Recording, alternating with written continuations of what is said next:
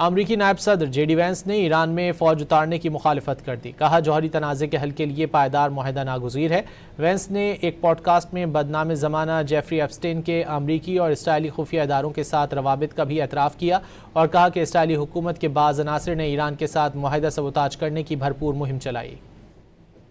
अमरीकी नायब सदर जेडी वेंस ने ईरान में फौज उतारने की मुखालफत कर दी। वेंस ने एक पॉडकास्ट में कहा कि हुकूमतें तब्दील करने के लिए हजारों अमरीकी फौज भेजने का दौर अब खत्म हो गया। ईरान के जौहरी तनाज़े के हल के लिए पायदार मुआहदा नागुज़ीर है। So, like, if the Iranian people want to rise up and change their government, that's up to them. But we're not going to send 150,000 ground troops in order to accomplish a change in a regime unless the people on the ground themselves want to accomplish that outcome. JD Vance ने मेजबान के सवाल पर तस्दीक की कि बदनाम ज़माना जेफरी एप्स्टीन का ताल्लुक CIA, मोसाद या किसी दूसरी डीप स्टेट से हो सकता है। Well, most people think he was Mossad. Yeah, Mossad or CIA or some other deep state, whether in America or Israel or another country, or both.